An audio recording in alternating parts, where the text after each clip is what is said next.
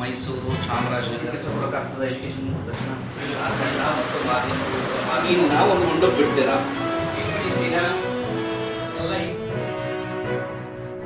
ಹಲವಾರು ನಾವು ಉದ್ಯಮಶೀಲತೆ ಪ್ರೋಗ್ರಾಮ್ಗಳು ಮಾಡ್ತಾಯಿದ್ದೀವಿ.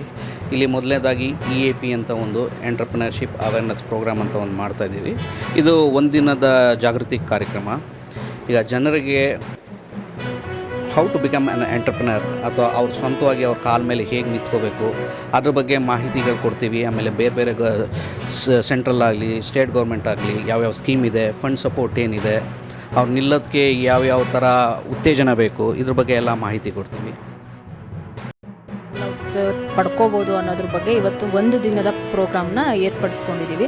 ಸೊ ಹೆಚ್ಚಾಗಿ ನಾವು ಮಹಿಳೆಯರಿಗೆ ಯಾಕೆ ಜಾಸ್ತಿ ಕಾನ್ಸಂಟ್ರೇಟ್ ಮಾಡ್ತಿದ್ದೀವಿ ಅಂತಂದರೆ, ಮನೇಲೇ ಕೂತಿ ಅವರು ಅರ್ನಿಂಗ್ಸ್ ಹೆಂಗೆ ಮಾಡ್ಬೋದು, ಅಂದರೆ ಅವ್ರ ಕಾಲ ಮೇಲೆ ಹೆಂಗೆ ನಿಂತ್ಕೋಬೋದು, ಸಪೋರ್ಟಿವ್ ಆಗಿ ಫೈನಾನ್ಷಿಯಲಿ ಅವ್ರ ಸಂಸಾರಕ್ಕಾಗಲಿ ಮನೆಗಾಗಲಿ ಯಾವ ಥರ ಸಪೋರ್ಟ್ ಮಾಡ್ಬೋದು ಅನ್ನೋದಕ್ಕೆ ಸೊ ಮಹಿಳೆಯರಿಗೆ ಜಾಸ್ತಿ ಆದ್ಯತೆ ಕೊಟ್ಟು ಅವ್ರನ್ನ ಸ್ವಲ್ಪ ಎಂಟರ್ಪ್ರೈನರ್ಶಿಪ್ ಮಾಡಬೇಕು ಅನ್ನೋದೇ ನಮ್ಮ ಉದ್ದೇಶ ಆಗಿದೆ ಸರ್.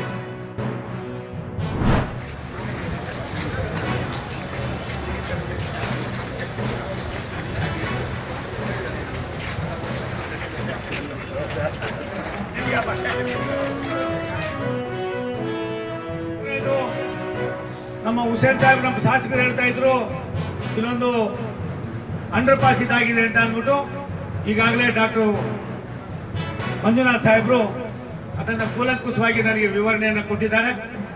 ಯಾರೋ ಗುತ್ತಿಗೆದಾರ ಬಿಟ್ಟೋಗಿದ್ದಾನೆ, ಜಲ್ಲಿಪಲ್ಲಿ ಎಲ್ಲ ತಂದಾಕಿದ್ದಾನೆ ಅಂತ ಹೇಳಿದಿರಿ. ನಾನು ಅಧಿಕಾರಿಗಳಿಗೆ ಸೂಚನೆ ಕೊಡ್ತೀನಿ, ನಾನು ಕೂಡ ಬಂದು ನೋಡ್ತೀನಿ. ಅದಲ್ಲದೆ ಅದನ್ನು ಯಾವ ರೀತಿ ಕೈ ತಗೋಬೇಕು ಅನ್ನೋದನ್ನ ನಾನು ತಕ್ಷಣವೇ ಅದನ್ನ ಮಾಡೋದಕ್ಕೆ ಪ್ರಯತ್ನವನ್ನು ಮಾಡ್ತೀನಿ. 98% ಆಗಿದೆ ಎಲೆಕ್ಟ್ರಿಫಿಕೇಷನ್.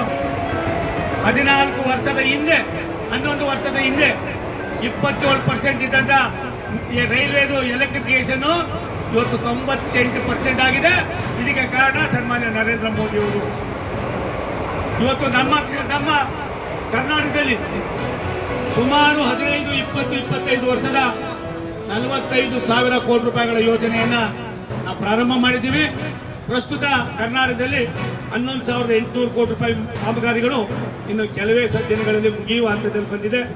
ರಾಯದುರ್ಗ, ತುಮಕೂರು, ದಾವಣಗೆರೆ ಇವೆಲ್ಲವೂ ಕೂಡ ಬಾಯಿನಲ್ಲಿ ನಡೀತಾ ಇತ್ತು, ಒಂದು ಆಗಿರಲಿಲ್ಲ.